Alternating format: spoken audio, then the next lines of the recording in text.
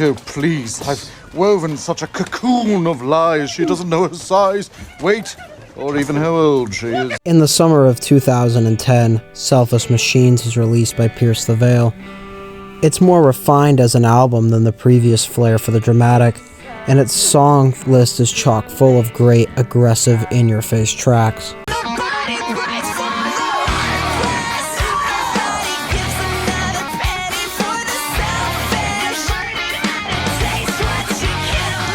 The band has made another step in their evolution, dancing closer to commercialism. The dreaded point of no return for many rock bands is the succumb of the aforementioned Selfish Machine.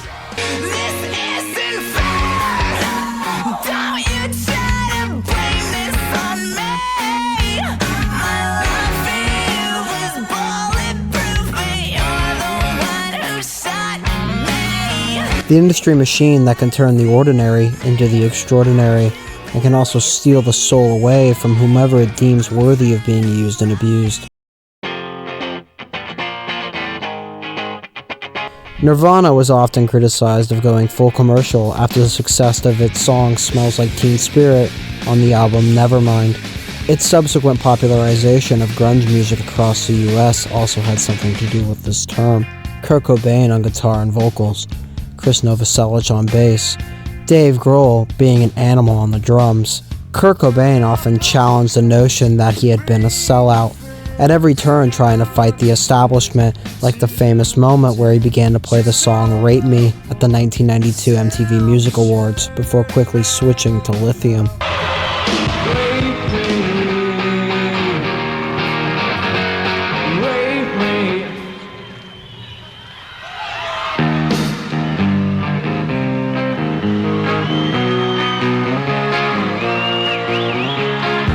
The turmoil of the Selfish Machine was too much for some people to bear. Kurt Cobain tragically took his own life in 1994, leaving the world shocked and saddened at the news. He left behind a young daughter, a wife, his bandmates, his friends, and his adoring fans. That's okay, 'cause so are you. 1994 also sees the release of Green Day's Selfish Machine album. Dookie, which is the band's coming out party, was also slammed by, quote, real fans for them selling out. Welcome to Paradise, When I Come Around, Basket Case, songs that in the eyes of true punk enthusiasts aren't worthy of the title of punk.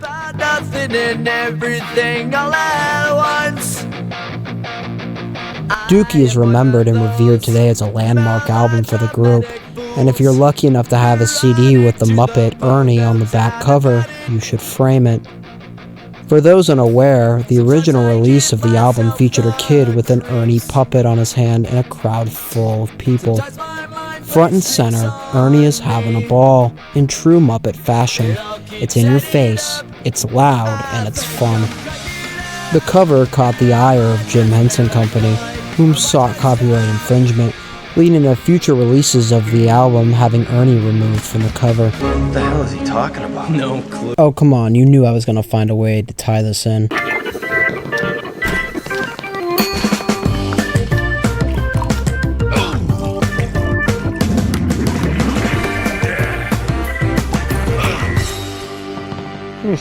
Time to get things started.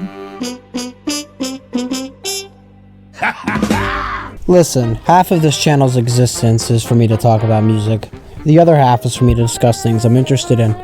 Unfortunately for me, with the closure of Muppet Vision 3D, as discussed in the last video, I'm now embarking on a 5-part series speaking about the Muppets, because I absolutely have a social life. It was really a productive segment, wasn't it? After the commercial success of The Muppets starring Jason Segel and Amy Adams, Disney was prepared to give Jim Henson's characters another movie. It seemed as though the franchise was making a roaring comeback.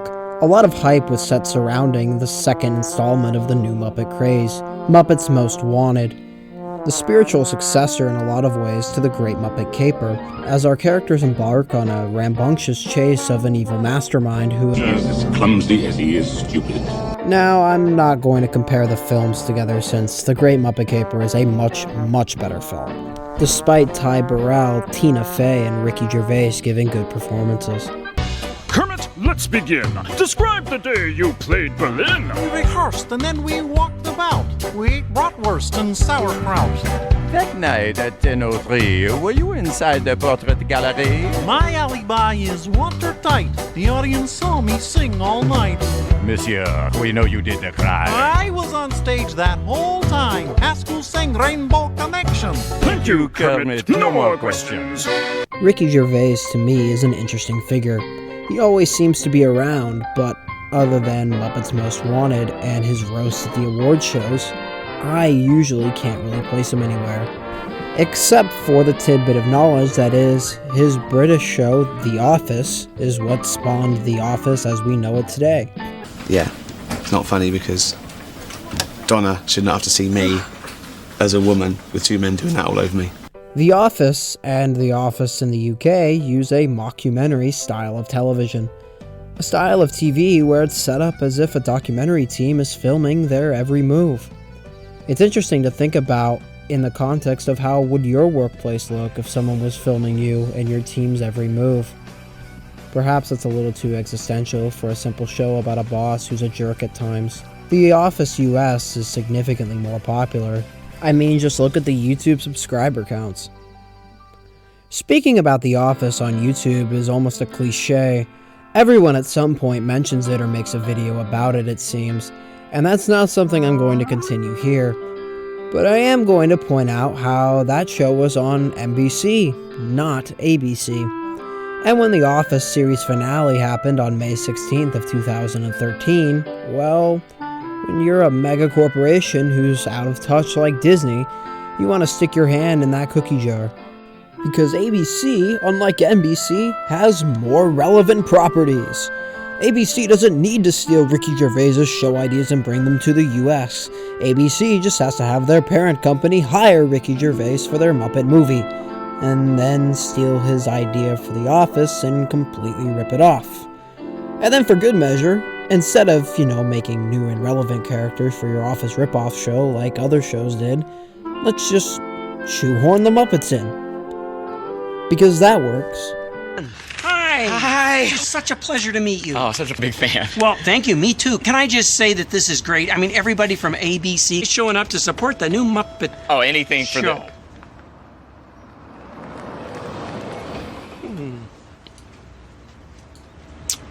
Man, you really have a type, huh? So I watched a single episode of this show during its original run. It was the first episode, and never turned it back on. It was one of those things where it just didn't seem interesting and I didn't watch it again. Many others believed it to not be interesting as well, as the pilot episode had 9 million viewers to the season finales having just a little over 2 million, an incredibly steep drop-off. If you watched sitcom TV during 2015, you probably remember the bumper advertisements on ABC though. They seem to be everywhere. Your scene right there. Yeah. It's pretty simple. And Yeah, do you want to run it? Do you have this memorized already?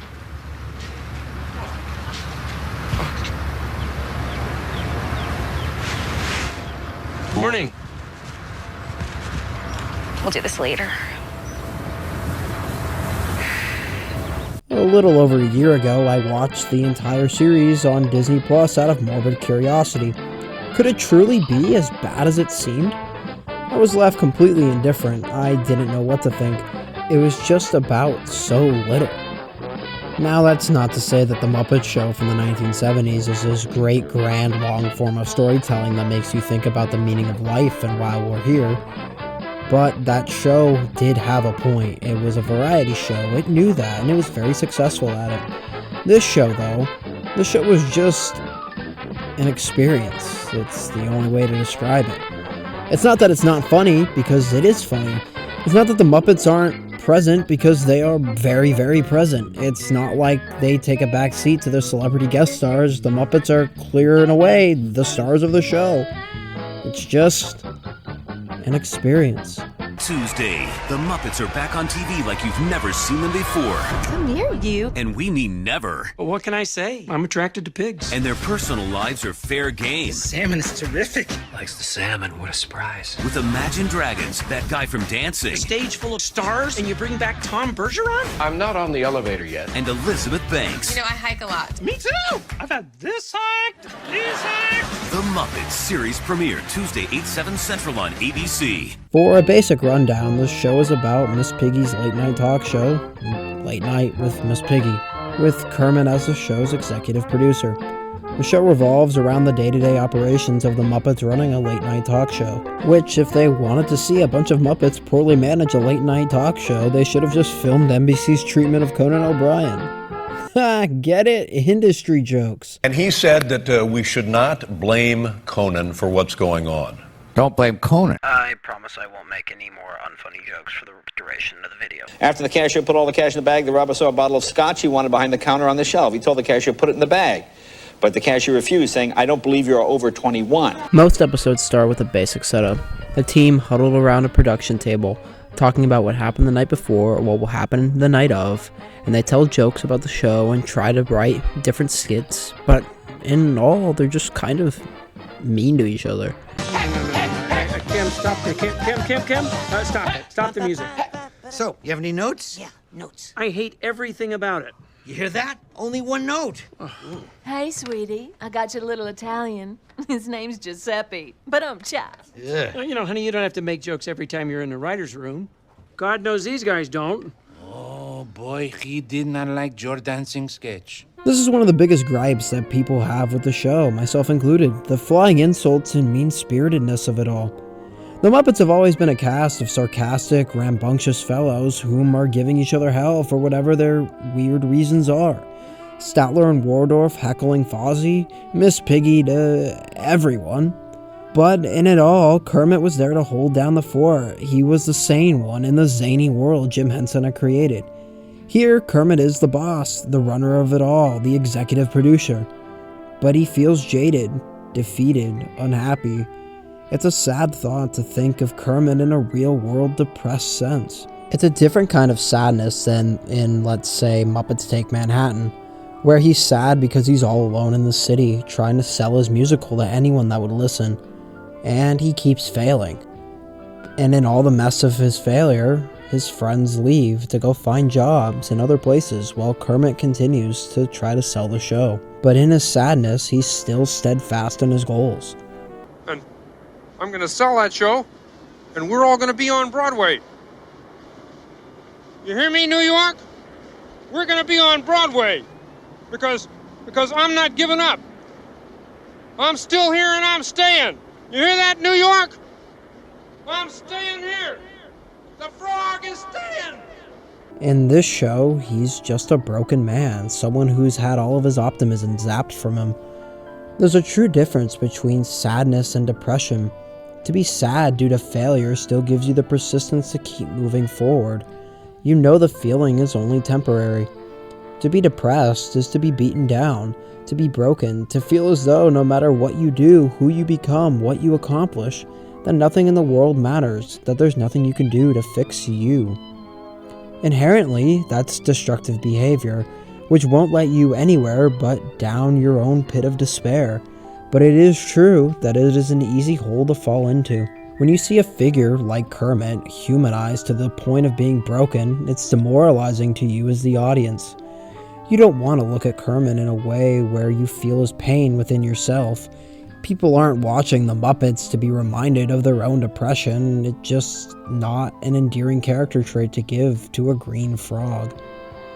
Now, I'm not saying that Kermit has to be the pinnacle of happiness all the time, nor that he can't have arcs or emotions, but to start a new series with your main protagonist angry at the world and everything around him, you make your audience hesitant to keep going. There's a side plot of the show that revolves around how Kermit and Piggy broke up and continue to work together, and its awkwardness shadows over the first half of the first season, made even more awkward by the fact that Kermit is dating yet another pig. It's strange. Like, Piggy and Kermit make sense not only on a comedic standpoint, but a character standpoint. It's often forgotten that the relationship of Piggy and Kermit wasn't always a thing. But to break them up for the sake of drama in a mockumentary Muppets show is just a puzzling decision. World, it's moi, and the Muppets are coming to ABC! Piggy, are you okay? Let me... Get your hands off of me! It's a little too late to show that you care now, don't you think? You're the one that broke up with me, remember? I know, that's true. We're through, finito! I have moved on! Okay, well, so shall we take it again from the top? No, we're not starting over. We're through, done, over! No. I meant should we do this take again from the top? And then there's the subplot where Fozzie meets a girl on a dating app. And it's fun at first. Fozzie goes to his new girlfriend Becky's house, meets the parents, tries to introduce her parents to Miss Piggy, which of course blows up in his face. It's fun. And then there's the episode where Fozzie is bombing at the comedy club and he begins to berate his girlfriend in front of everyone, which of course everyone laughs, and then revenge is had when Becky comes to the studio and tells all of the Muppets about Fozzie's embarrassing secrets, which is resolved later because he's bombing again and she suggests he make fun of her sweating, which she was upset about earlier. Again, it's not that it's not funny, because it is technically funny, it just feels so wrong for a character like Fozzie to just sit there and berate someone, especially someone he's supposed to be romantic with. Or the episode where Kermit is trying to make his new girlfriend Denise a gift for her birthday, and he paints her a plate of their first date, and he's so proud of it, until Scooter tears it apart and throws it away. No, it's a coffee shop. Oh, well, why is there a hippo? That's a table. Oh, it was a safari-themed coffee shop. Got it. I guess that explains the giraffe. That's Denise. Why is her neck so long? Scooter necks are hard. Whoopsie, Ben? Yep. Just from these few examples, you can see where perhaps the show's reputation comes from. Now that's not to say that everything is bad. Some of the Muppet characters play great into this new style. Uncle Deadly, for one, is a joy on screen. Yes. Oh, no, you forgot to cut out the tag. She knows her size. Oh, please. I've woven such a cocoon of lies. She doesn't know her size, weight, or even how old she is. This is nonsense! Statler and Wardorf are great in the show, too. The episode where Fozzie launches a t-shirt at Statler is entertaining. It takes what attempts to be a serious portrayal of the character sitting in a hospital bed and then makes Fozzie the punchline of the joke in true Statler and Wardorf fashion. Rizzo and Pepe are also great in this show, but just as a side note, they're incredibly underrated in my opinion. Yeah, Kermit's the best. We'd do anything for the guy. See, especially now since he bought us these suits. Yeah. Those kinds of characters as examples that are already on the more negative side of the Muppets work great here. Electric Mayhem is fun too, they have a lot of great scenes. Dr. Benson Honeydew and Beaker are also awesome. And Sam Eagle and his love for Janice is incredibly strange, but it works. No place for romance. That's why I am a lifelong member of Team Friendship. I like friendship, but I like love. So, I'm on Team Love. Yeah. Me too. Boo! Team Friendship. Boo! The best episode of the show, far and away, is Pigs in a Blackout. Kermit goes off on a stress relief retreat, leaving Scooter in charge. Everything goes to hell in true Muppet fashion. Scooter tries to change the thermostat and it blows up. It ruins Piggy's clothes, the lights, everything falls apart. Meanwhile, Kermit meets Jason Bateman, who gets him kicked out of a stress relief retreat because Kermit was trying to help Bateman with his kids' play on a budget of $400. Scooter tries to quit and leave the show behind until Gonzo talks him out of it, telling him the show must go on. So the show is done by candlelight, and Pentatonics is the band for the show since they don't need a plug-in, with it finishing at Kermit's house, where he built himself a little swamp to sing Rainbow Connection. About rainbows. Chill out, Phil! And what's on the other side? It's episodes like this that show the true potential the show might have had if it was willing to just be the Muppets, not The Office featuring the Muppets. Midway through the show's short run, the showrunners changed, which begins the show's tonal shift. So much so, even the opening of the show changes, so Kermit actually gets his coffee. Oh, it's time to get things started. There's even a tongue-in-cheek joke about the studio sending someone in to fix the show. Here's the thing, you guys. We watched it, and it's kind of talky. Well, it's a talk show. I know. One of the first things that happens with the new showrunners is Kermit and Denise breaking up. Talking about the way you looked at her when you sang it. That whole relationship arc is strange because there are so many episodes where Denise is simply absent. She appears so sparingly, why was she there in the first place? The show also gets slightly nicer. Most of the episodes post-showrunner change are trying to undo the ill will created by the first half of the show, which is a habit Disney seems to have. Just look at the sequel Star Wars trilogy.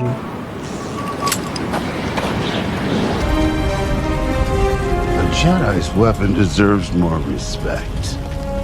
Oh. The new showrunners were smart to make the studio executives a foil to Kermit, though. Give someone else the role of cynic as opposed to having Kermit be the cynic. It creates some over-the-top moments that at least make the characters feel more like themselves. The second half of the series has a lot of callbacks, trying to earn back fans, from the characters humming the Muppet Show theme to Veterinarian's Hospital making a brief appearance. Just here to check your reflexes. Oh, hell no, not with that thing. Reflexes seem fine. In the season finale, which ended up as the series finale, Kermit flips a coin on the attempt of getting back into a relationship with Piggy, to which she finds out about the coin flip and boards a plane to Thailand, because I'd rather spend this break on an elephant than anywhere near that frog. it ends with a small cliffhanger, with Kermit arriving with a calzone to help woo Piggy back, but Piggy falls asleep before the plane can take off, leaving Kermit on the plane with her to Thailand. Whilst they're unaware, Pepe has also boarded the plane. Pretty? I cannot stress enough how hard this show is to dissect. Sorry, Kermit. Poor choice of words. The show is made purely from a corporate perspective. It's clear that the writers tried to do something slightly different, and there are a lot of creative gags and jokes, but there isn't really a point to it. The show didn't have to be the Muppets. The Muppets are so engaging, so creative, so lovable. For them to be written so puppet-like, it just feels wrong. That's why I can't stress enough that the problem with the show isn't the humor, because it is funny.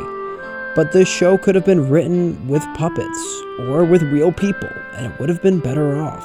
I think there's something here that could have worked. There are moments it has that are truly Muppets. But as a whole, it's not a good look for the characters. It's not an accurate representation of the characters we all know and love. I mentioned in my last video that Disney to the Muppets is like the top-rated scientists Muppets wanted to come work at Muppet Labs, but that unfortunately none of them showed up. Disney can't figure out how to treat the Muppets properly, and can't figure out why people love them either. When Disney first purchased the Muppets in 2004, there was a glimmer of hope and also a shroud of fear. The Muppets had been in some turmoil post Jim Henson's death, and while films like Treasure Island and Christmas Carol were released post-death, some other films weren't so lucky to be so revered. For there was one film made during that time post Henson's death and pre-Disney buyout that was a collision with the sky that never seemed to leave Earth's orbit. I will see you soon.